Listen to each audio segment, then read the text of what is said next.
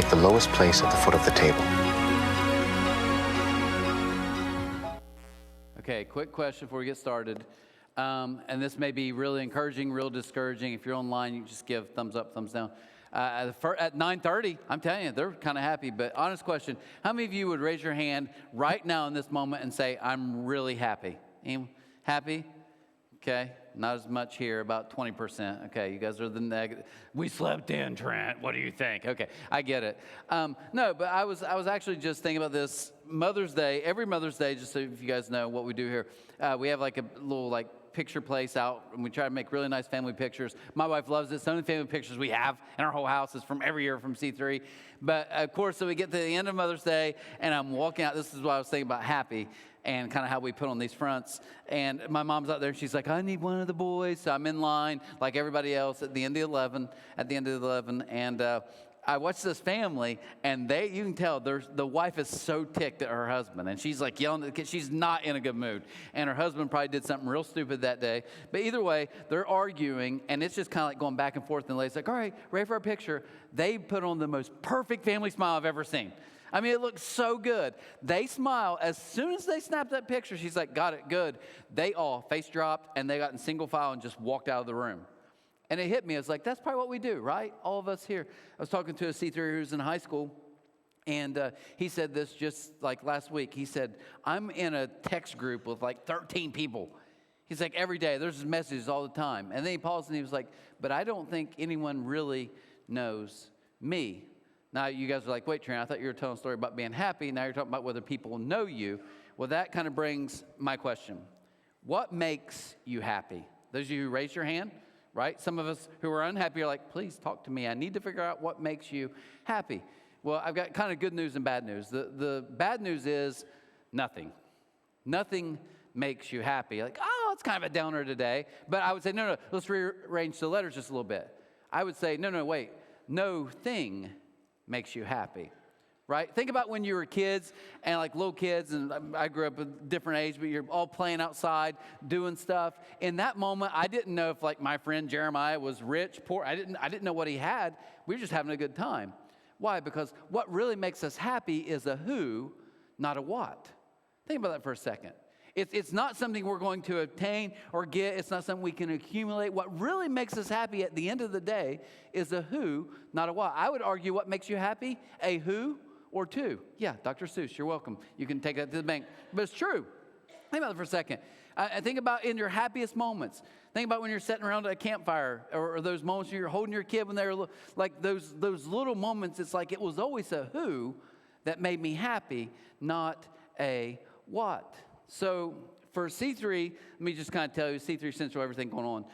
About 13 years ago, we were in a meeting, and we were talking about, we're short on volunteers, we need help. I know you're like, here it goes, but hear me out.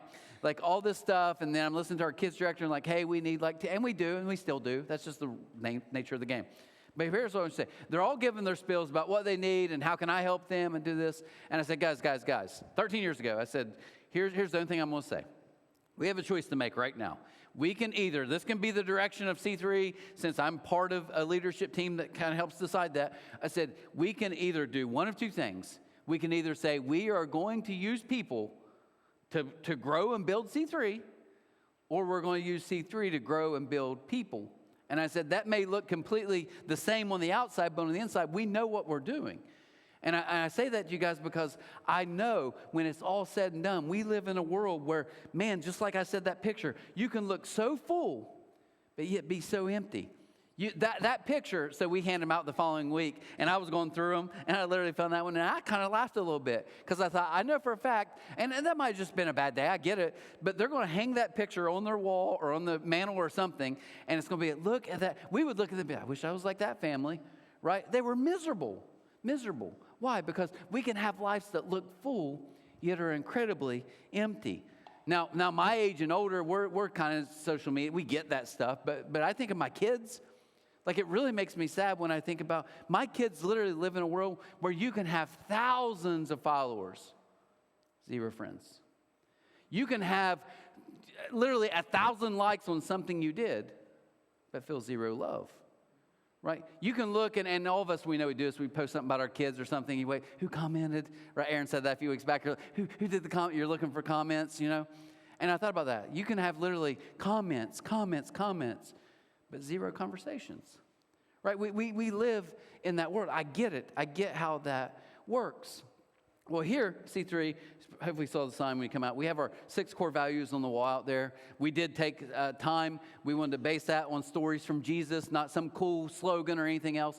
But with that, we said our purpose is to help you find your purpose. Our purpose is to help you find your purpose. That's what we're here for. And so what we did with that kind of concept is we said, let's go through and think about what's Jesus ultimately want for us. John 10:10 is one of my favorites. But Jesus said this. He said, the thief's purpose is to steal, kill, and destroy, right? He wants to steal your joy. He wants to literally kill the contentment you have in your life. He wants to take your life. And he says, my purpose is to give them a rich and satisfying life. So just so you know what the story's all about, we want to hear stories from C3ers and kind of their journey. Baptism Day, wasn't that just awesome? I mean, amazing. Love that. So proud of Evan for doing that. But hear me for just a second. When I was in college, and I'm not trying to flex because I know some smart people in this room, but I started out pre-med, obviously didn't make it. So then I switched to being a chemistry and a physics major. And again, I'm not flexing, kind of a little bit. But anyways, no. But seriously, I only got 1 C in all of college. Had all those classes. 1 C in all of college. You know what it was? Public speaking. I'm not making that up. If I'm lying, I'm dying, right? Literally. Like, it was, and some of you are like, what makes me sad is like 4 people laughed. That means the rest of you are like, oh, we see it, bud. We see it. Like, that professor was very wise. It should have been. But here's the thing about that. So I know my role, got to talk a lot. So this last year for vacation, I went and Googled. I'm like, you know what? Like, you can always get better, improve the craft. You know, and for me, I need to get obviously a lot better. So I was like, I found like these 3 books on like public speaking, presentation, people who do it well. Why are TED Talks so good? I'm like, you know, you can always learn. So I'm like, I'm looking at this, figuring it all out. I get the first book. I get about halfway in, and I'm like, I do none of this. Like, if these are great communicators, I do none of this. So I'm kind of discouraged on the beach, my Kindle. So I get the second book, and I'm like, hope it's different. No lie, guys. I don't do any of that. Again, you guys aren't laughing because, like, Trent, we know. You're stating the obvious. We know you don't do that. I opened the 3rd book, first paragraph, and I'm just like, no, I'm out. So discouraged. So I'm driving with my wife, and I'm literally telling her, I'm like, I don't think I even am, like, I don't think I do anything right. You know, you always tell your wife when you're struggling because she's like, baby, you do it right. You know, she's like being all encouraging. But I remember in college, in my public speaking class, he said this. He was like, basically, it's like all of education. What I want you to do is tell someone what you're going to say, then say it, and then remind them of what you said. Right? And I think we'll hear like, yeah, that's the way you teach. Okay. But I would argue, would anyone ever watch a movie like that? Do you imagine going to the theater like, this is going to be a great, it's a psychological thriller, I can't wait. And you turn it on, and a narrator comes on, the screen's black, and he says, Bob is going to kill his wife, Janet. And after he kills her, he's going to frame the neighbor because he ultimately wants to sleep with the neighbor, and they want to get married. So once he realizes she's gone, and once he remarries this new lady, and Jeff's in prison, then they get to live happily ever after. But then they don't because a new twist, right? You watch all that, and then it's like, and here's the movie. Everyone that's in here would be like, I'm not watching that, right? You already told me everything. That's why I think it's so genius what Jesus did. Jesus told these stories because he knew stories could penetrate our hearts way deeper than just me giving you facts. So that's why we want to base our 6 core values. This week is we are servants. Don't miss your people. Last week we talked about we are family. Don't miss your party. And we talked about how God literally does, like, he's throwing parties all the time. I know some of us like, I don't believe in a God of parties. Give me the Old I get it. I get the Old Testament. I get this stuff. But now because of what Jesus has done, Jesus said, no, I want to explain to you a Father who loves you unconditionally. So just a couple of quick thoughts this morning. I'll get you guys out of here. What if it's not your life that's broken, but your connections? And that's why you're unhappy. What if ultimately a lot of your unhappiness isn't that your life is broken, and it's not even that you want more for life? I'm all for that, wanting more in life. Jesus said, I came to give you a more full and abundant life, more fulfilling, satisfying. He's all for that. What if we're maybe just looking in the wrong places? And I don't want to embarrass her. I've said enough, and she's had to say. But when Evan sent me even her paper this week, I kept looking back. And that first paragraph, I read it a lot because I think, and this would mortify her, but I think we're similar in a lot of ways. And I know she's like, oh, this what turned into the best day is now the worst day. But in all honesty, because I get it, I do. I think for me, it's like, man, grind, get better. Here's where I'm going this way. And I'm all for all that stuff, for all of you. Do that. Be you, boo. I love it. Seriously. But here's what I've learned in my life. What do you do when you get there? And you're like, is this it? What do you do when you don't get there? And you keep climbing, and you finally arrive? I heard a guy say once, and I love the phrase, he said, what do you do when you finally climb to the top of your ladder and realize it's on the wrong house? Right? So as I was reading her stuff, I was like, I get that. I get that. Some of you in here, maybe we're missing connections because we're chasing the wrong things. I don't want you to miss out on those things. Now, just to give you kind of, Jesus is going to tell, he's going to see something happen, what we're going to read in Luke 14 today. He's going to see something happen. He's going to make a comment about it and give like a little zinger that's very good, awesome. And then after that, he's going to go into a story. Now, as I get into this, I think you're going to see, wait a minute. It's almost like he shifts gears and talks about something completely different. My argument this morning is going to be, I think all of this, hopefully when I say all this mumbo jumbo at the end, we bring it together and like, oh, okay, I kind of get it now. Okay, so that's basically what we want to see. Now, here's the thought. Even if you're not a church person, you're like, Trent, I don't believe in this. You're watching online, you turned on, like, nonsense. Maybe you're here this morning, someone brought you, you're like, I don't believe in it. I get it. But even if you take all the Bible aside and just look at scientific studies, go and Google it today. Google me, you'll find it. There are so many studies on when people serve, when people volunteer.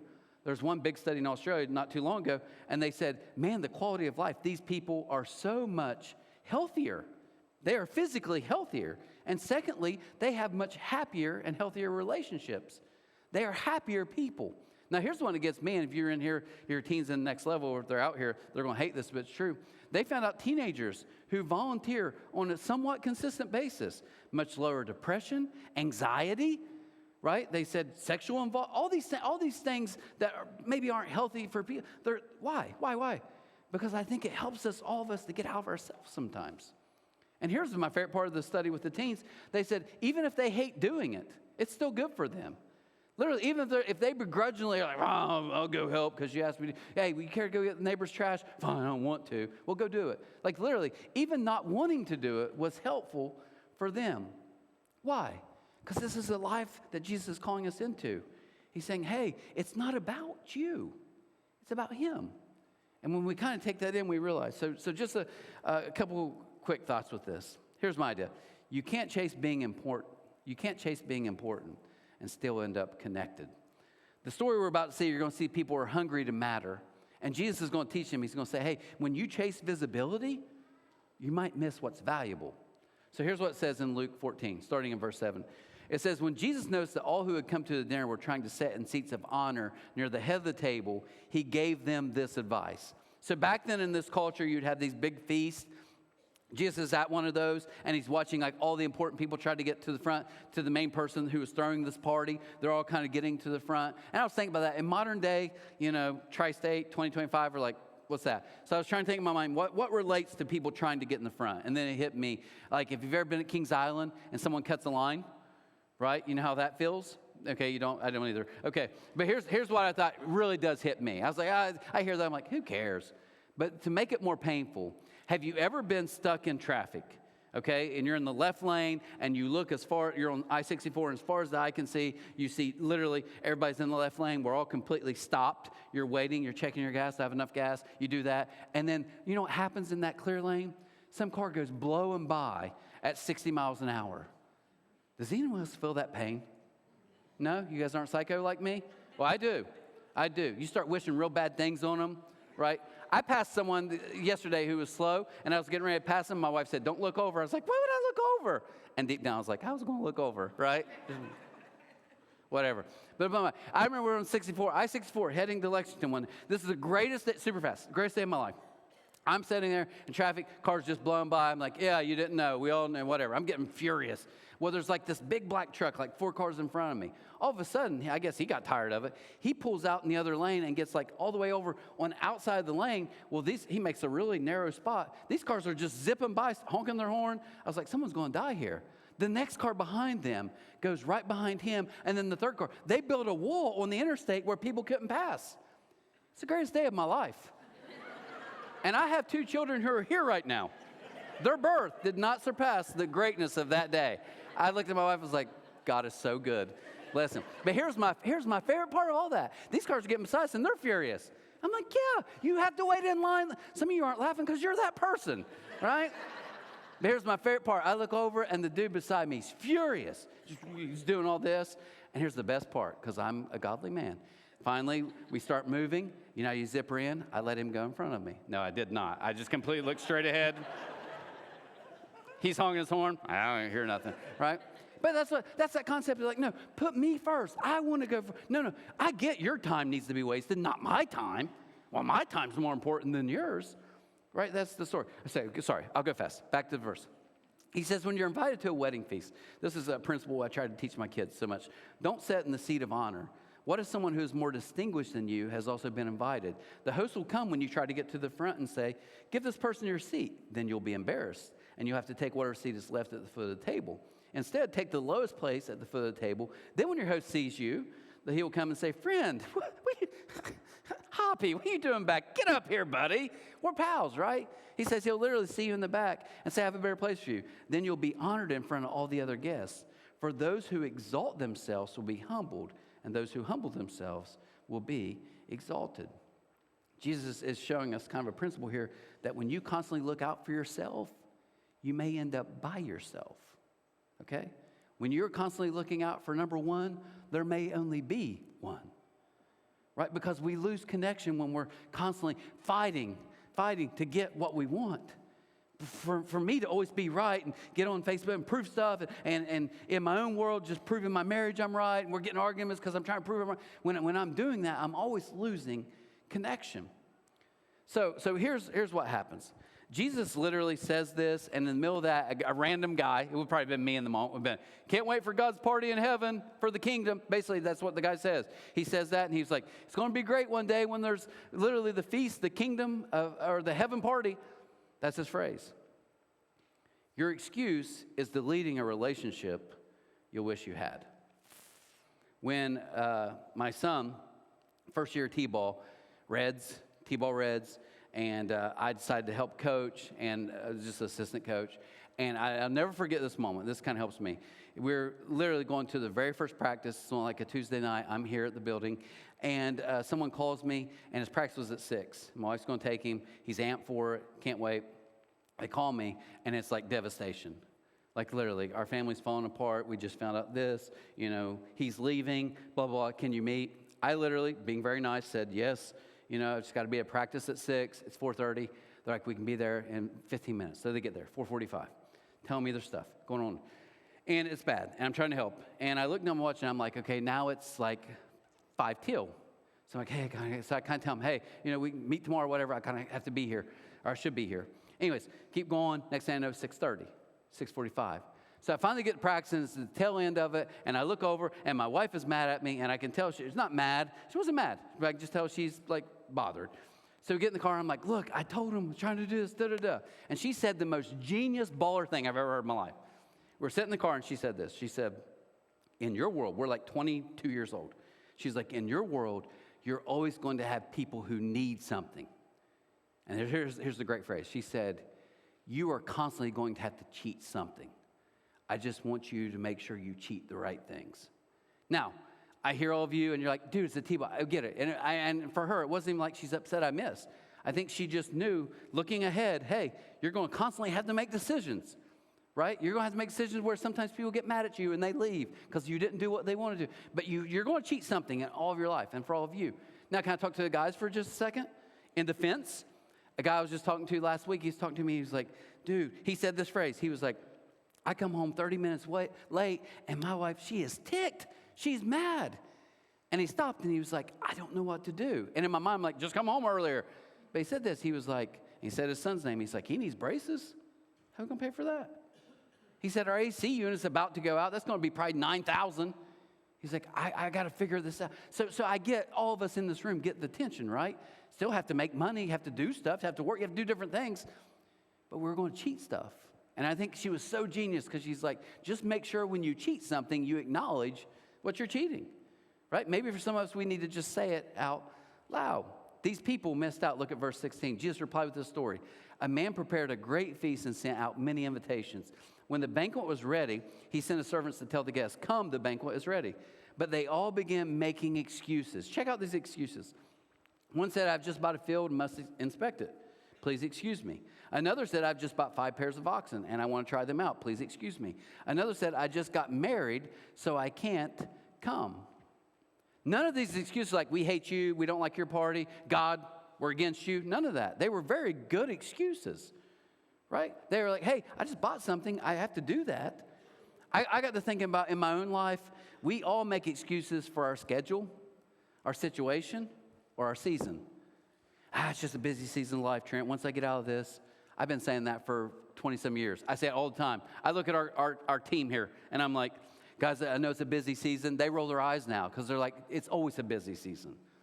No, my kids, they're here, but when they get to this point, I'm going to, one day, once I get this job, we're always all about the situation, the schedule, or the season. There's a quote from Kurt Vonnegut, which I love. He was an author. But look at this. He said, enjoy the little things in life, for one day you'll look back and realize they were the big things, right? And I think we see this in the story. We see people making very good excuses. But what I think Jesus is trying to teach us is through these good excuses, they're missing something that's great. You miss the most important because you didn't realize maybe that little moment, that little invitation. So just the last thought real quick. I think some of us aren't connected, and we keep thinking we're getting excluded. But you don't get excluded. You excuse yourself out. Maybe I can say that in English this time, right? Let's just try this again real slow. You don't get excluded. You excuse yourself out. Look at verse 21. It says, the servant returned and told his master, this is the last part, what they had said. His master was furious and said, go quickly into the streets and the alleys of the town. Invite the poor, the crippled, the blind, the lame. And after the servant had done this, he reported, there's still more room, sir. So his master said, go out into the country lanes and behind the hedges and urge anyone you find to come, so the house will be full. For none of those I first invited will even get the smallest taste of my banquet. Now, we can go one of two routes with this story. One, biblically, let's just kind of be honest. This story probably has a strong tie-in to Jesus talking about the Jews, God's people, who are invited first, and many of them rejected. So now it came to Gentiles, which is all of us mostly in this room. Good news for us. I get that's the parable. But I think in this underlying thought, you kind of see this. I don't think it's God being angry or judgmental. I think it's God realizing sometimes these moments, you get that and then it's gone. You don't get a lot of do-overs in moments. And that's not here to pressure you guys. I'm really not. I just want you to be aware of when you make your excuses, maybe as my wife said, what you're choosing to cheat. Maybe for once in your life, just stop back and think about that. Now, my dad won't hear this. He's out front, and he just drinks coffee, and he never comes in, so I can say whatever I want about him. This is awesome. My parents, I make fun of them. I mean, not make fun. I give them a hard time, tell stories about them, but my parents, truly, honestly, when I think about their life and what they've done, very amazing. And they're street smart people. They're good. I love them. I would not wish any other parents in my whole life. So I mean that. I do. My mom and dad, I pick on them a lot. But I remember I'm like 16 years old, 16, 17, and I think my brother had gotten engaged, and it was Christmas Eve in our house. We were way bigger Christmas Eve people than Christmas Day. And I'll never forget, we're at the house, and just to put this in context, my dad's like old school, okay? What I mean by that, my dad's never be like, hey, Bubby, proud of you, how you doing? I mean, it was just like, come on, man, come on. No, hey, no one's feeling sorry for you. Like that was like, old school, I get it, love it. We went to a soccer game just 2 weeks ago, and we went for some family of my wife's.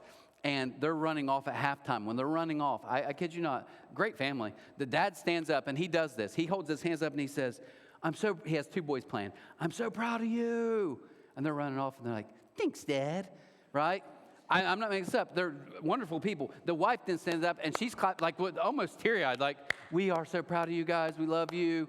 And those kids are like, and they jog in. And I thought, my dad's only told me he's proud. My dad's only told me twice he's proud of me. My whole life. Now, before you get sad, I could bring him on stage, and he'd be like, do more for me to be proud of you, right? You've only done 2 things in your life. I get it. Anyways, we're Christmas. And my dad, our routine, we stay up later than everybody else. So it's like 11:40 at night. Everybody's doing their thing, going to bed. And, I'm like literally in high school. And I'm sitting, he'd always sit on the couch right here, and I'm sitting on this chair. And I'll never forget this. And he said, got quiet. He said, this will be the last time we're all together for Christmas like this. Now, coming from someone whose dad was never sentimental, I was just like, kind of hit me. I was like, man, where are you coming from? And I looked over, and he smiled so big. Well, I'm 16, so I'm like, he's smiling because he knows he's getting us out one by one, right? Like he could know. It's like 1 down, 2 to go. And as I've gotten older, I've realized, and credit to my dad, he was smart enough to know the moment and not miss it. Because the next year, it wasn't the same. People were going. The next year, someone else is going. Next year, it completely changed. And I think there's wisdom in just knowing that moment. Jesus is saying, hey, they made excuses. I'm not even against their excuses. But they missed out.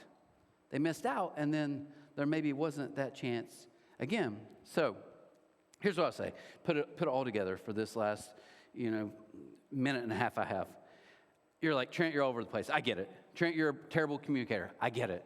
Trent, we think you're a bad pastor. I agree. I get all those things. But hopefully you can see this whole flow, okay? Because it seems like Jesus says things that don't really flow together.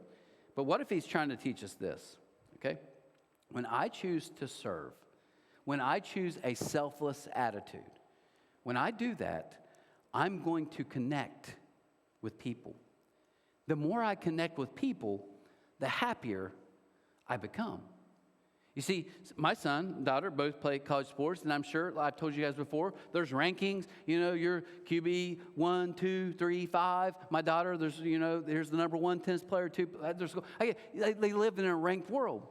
And what I don't want for them to see, though, is like all of life is, where am I constantly ranking? Because there is something better. When they look back on their memories, yeah, it's fun to win. I'm all about winning. I hope we all win. When you look back, it's like those moments with people is the connection. When you look back at your family, my dad realized it was that moment when we were all sitting at the family for probably the last time in that capacity. So here's the thing. When I become selfless and serve, I connect better. When I connect better, I become happier. Now flip it though. If I want to be selfish and all about me, I will connect less. And the more I connect with people, personally, outside, work, whatever, the unhappier I'll be. Now, I know we're going to talk about C3 Central real quick, and you're like, here we go, here's this bill. Don't do it. Don't help. I'm serious, don't. I'm not trying to twist your arm. I told you before, if you ever come to C3 one time and you hear, do more, be better, so God can approve of you, I haven't done my job. That's not the good news. The good news is it's done. He did it for you. He did it all. It's the best deal ever. But here's what I say. Think about even just personally. You ever been talking to people? I was thinking 2 ways. I've been talking to people literally in this room. God bless you. And while I'm talking to you, you do this. What?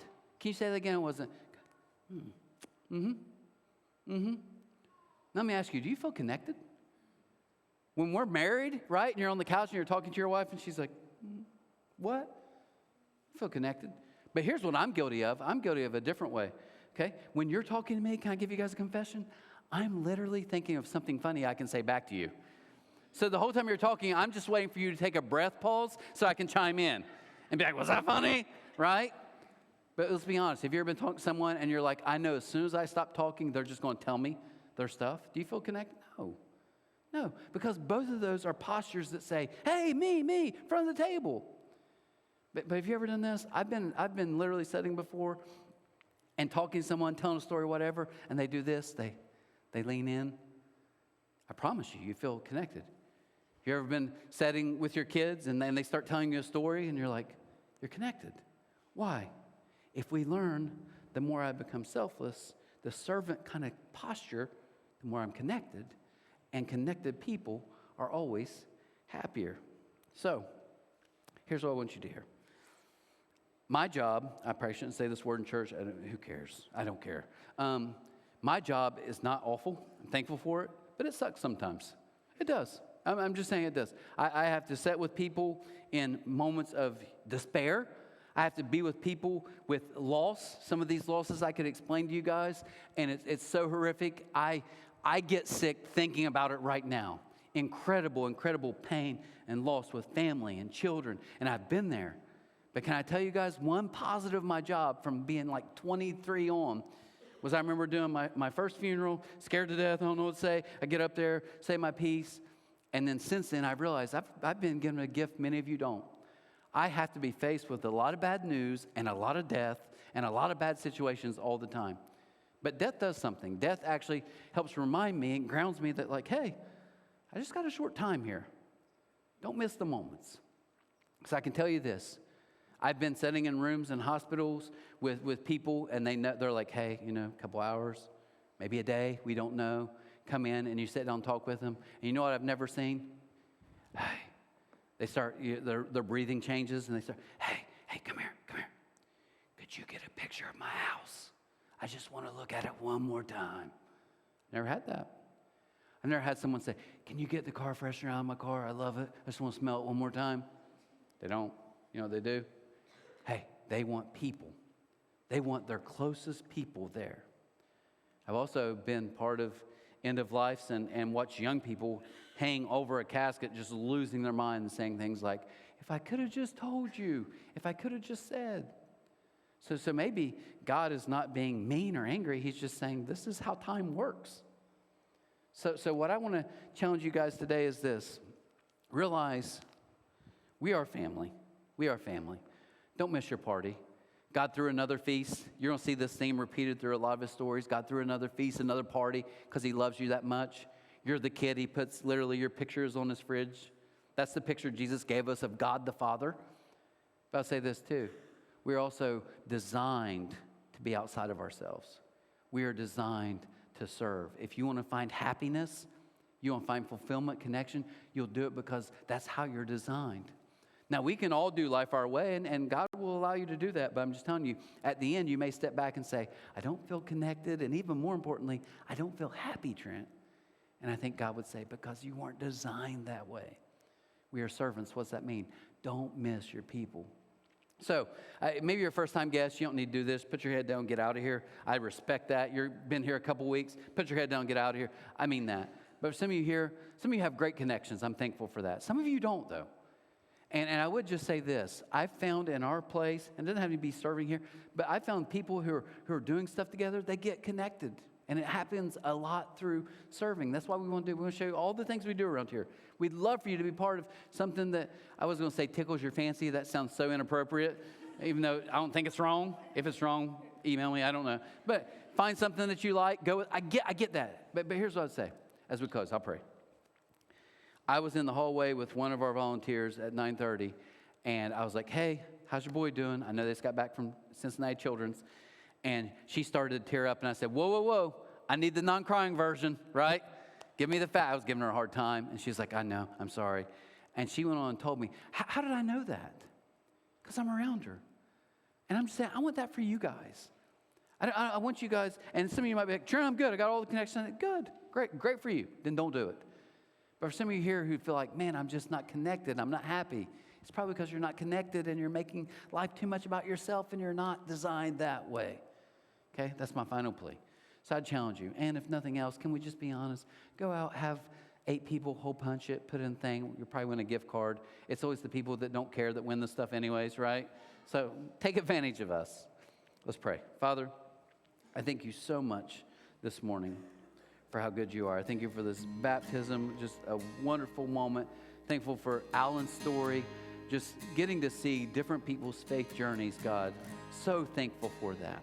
And God, I pray today as we walk out of these doors, we would realize I'm not giving you more to do. I'm not asking you to serve to help us. God, that these people would realize from my heart truly, but I do want you connected. Because I know when you have connections, you find happiness. So God, I pray today for all the people in this room that we maybe hear this. Don't miss your people. Because when you miss your people, you miss your moments. And when you miss your moments, you find you're unhappy. So we want to help you find your purpose, find your people, find those moments, and ultimately find happiness. Jesus, we thank you today, as we've said, this is not a do more, be more, get more. You've done it all for us. You literally not only pay the price, but you say, now let me guide you. Let me live in you. Walk with me. It's an easy way. It's an easy way. So Jesus, I pray that as we walk out these doors, we would be good news to those around us. That we would love as you've already loved us. That we would serve the way you've served us. Jesus, that we would forgive the way you've forgiven us. Help us to walk in that new life. That's a rich and satisfying life. We ask this in your name, and amen. Love to see you guys back next week, week 3, and beans and cornbread first Sunday. Take care.